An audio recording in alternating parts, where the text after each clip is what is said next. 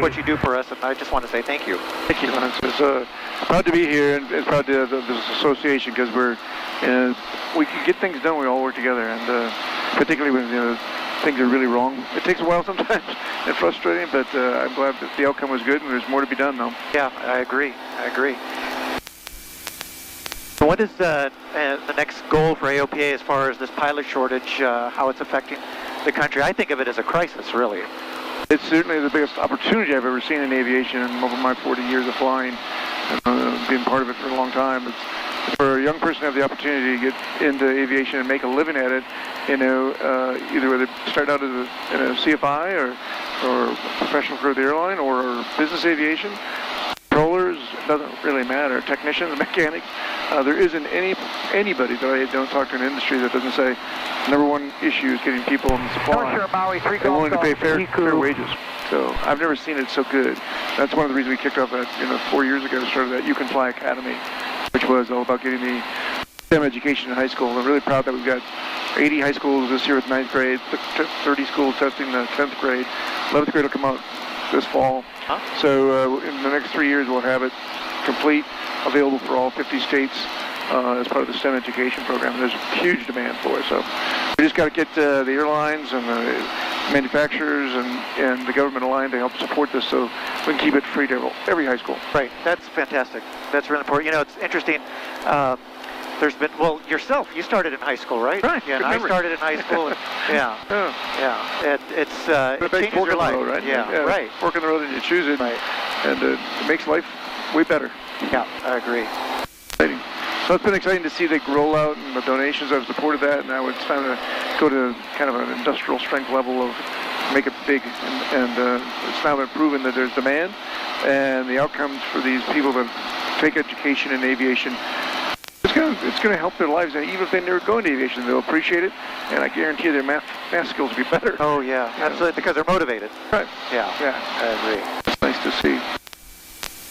Yeah, and what I'm seeing out there right now is this instructor shortage that's really affecting the training environment, and we're having to pay our instructors a lot more money today than we did, even 3 or 4 years ago, which we don't mind.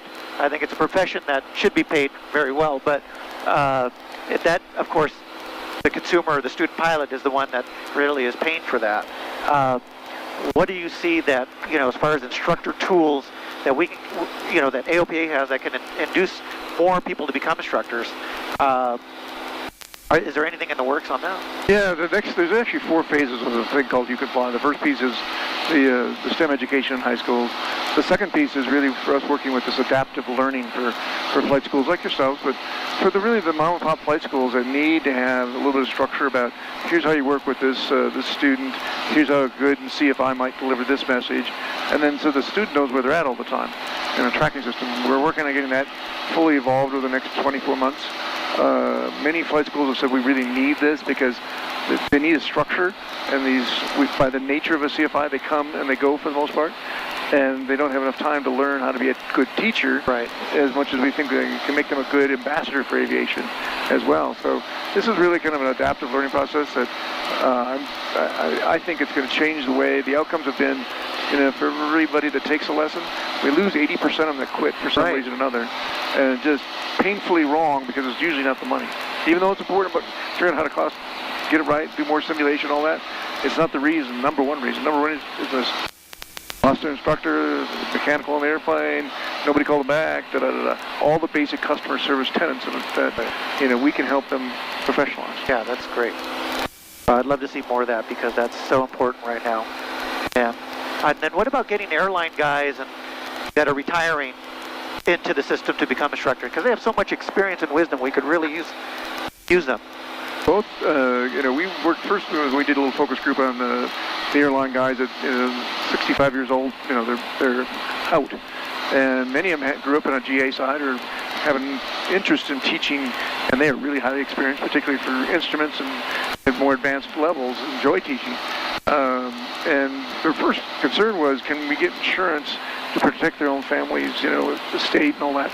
And we now have insurance programs where you can get coverage there, so you're not risking everything, not that there is that much risk as well managed, but It's a concern for the family. Of course. And now those things can be answered. And then the FAA is working, on how do we help these guys accelerate back in. And I think they've got some really interesting things that they're looking at to accelerate these guys back in, depends on their levels. All right, everybody, I'm here with Jim Coon from AOPA. Jim, what's your title over there? Senior Vice President, Government Affairs. So what's new in D.C.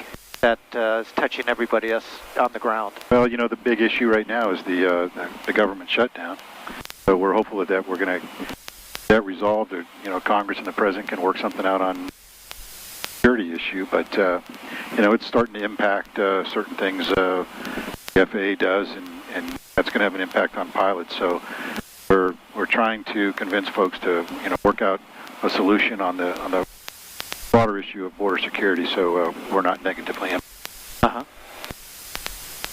And I've heard that a lot of the testing and exams the licenses are being issued, but they're only valid until the 120 days, and then that's it, and then or 90 days is it, or and then you got to get it reassigned, or? Well, there's many places in the FAA where folks aren't coming into work; they're furloughed. Wow. So it's on the certification side, on the medical side. So there's an impact all around. But they say we're hopeful that this is not going to go on too much longer. As we're here today, the Rumble back taxi 8. Yeah.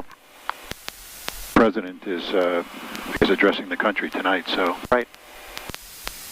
Interesting to see what he has to say. Let's see what happens. Great. Well, thank you for all of us from here in Hawaii, and on behalf of the Cirrus Owners and Pilots Association, thank you for what you do for us. Thank you very much. All right, we're going to take off out of Hana here. Amazing.